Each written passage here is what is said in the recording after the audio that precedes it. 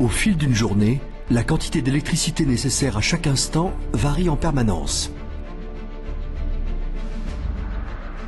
Afin de pouvoir faire face aux pics de consommation, l'idéal serait de disposer de réservoirs d'électricité. Stocker l'électricité. Oui, mais comment?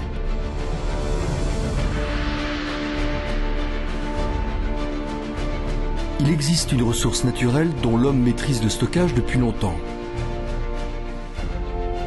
Pour celui qui sait l'exploiter, l'eau peut représenter une incroyable source d'énergie électrique. Grâce aux barrages, il est possible de constituer de grandes réserves d'eau qui vont servir à produire une énergie entièrement renouvelable, l'hydroélectricité.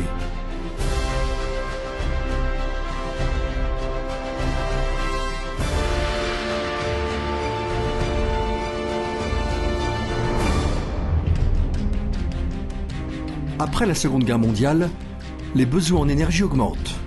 On recherche les territoires riches en eau et en forte pente, propices à la production hydroélectrique. Dans le Massif central, la rivière Moldre offre aux environs de Vassivière des possibilités exceptionnelles. Dès 1946, les travaux débutent pour la construction de la chute d'eau de Peyrat-le-Château. L'usine sera mise en service en 1952. 106 millions de mètres cubes d'eau, 1000 hectares de superficie. Le lac de Vassivière est si important que 3 aménagements complémentaires sont construits pour lui assurer un remplissage convenable. Les barrages de Faux-la-Montagne, Servières et Chamay sont érigés sur la Vienne et ses affluents. Une dérivation supplémentaire sera créée sur le Haut-Orion depuis le barrage de la Vaugélade.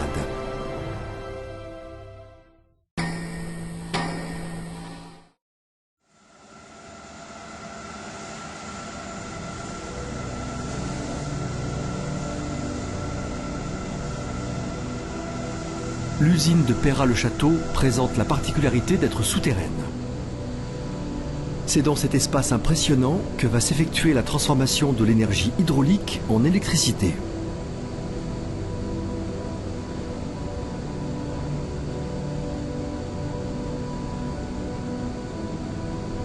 Le principe est simple. L'eau qui chute entraîne une turbine. La turbine est reliée à un alternateur qui produit le courant électrique. La mise en route est immédiate, ce qui permet de répondre en temps réel aux variations de la consommation. Dans le vaste système de Vassivière, l'eau recueillie grâce au réseau de dérivation des rivières jusqu'au lac principal est acheminée jusqu'à la centrale électrique à travers une galerie longue de 2,5 km, puis par une conduite forcée de 610 mètres. Grâce à la force de l'eau, les groupes électriques de l'usine de Peyrat-le-Château produisent une puissance totale de 63,7 MW.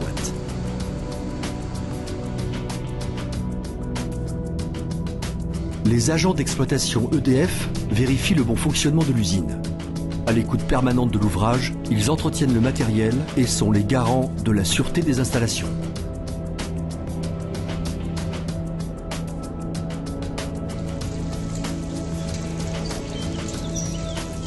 Un barrage vit et respire au rythme des saisons.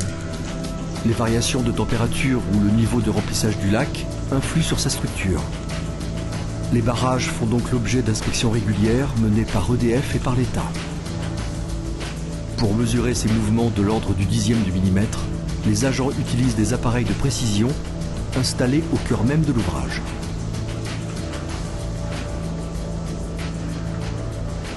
Après le turbinage, l'eau est entièrement restituée à la rivière. Plus bas, d'autres barrages et usines de production hydroélectrique l'exploitent à leur tour. Vassivière appartient ainsi à une chaîne d'aménagement de 18 barrages et 15 centrales implantées sur 4 rivières qui forment le groupement d'usines Moldre-Torion.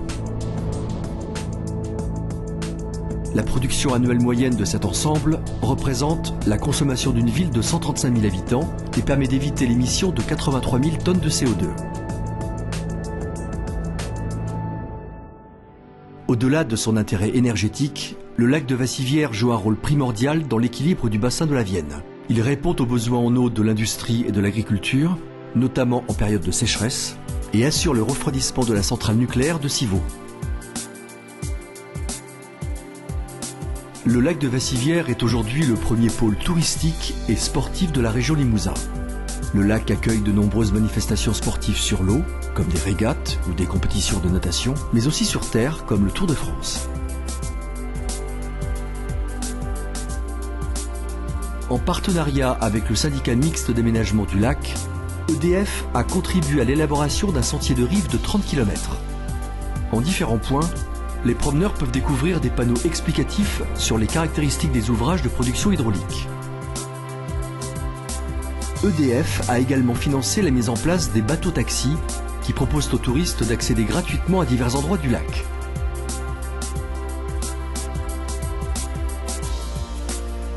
En mettant l'innovation technologique au service de l'environnement, EDF travaille au développement d'une future navette électrosolaire ainsi qu'à la conversion électrique des bateaux-taxis et du petit train touristique afin de pouvoir profiter de manière durable et responsable de la beauté des lieux.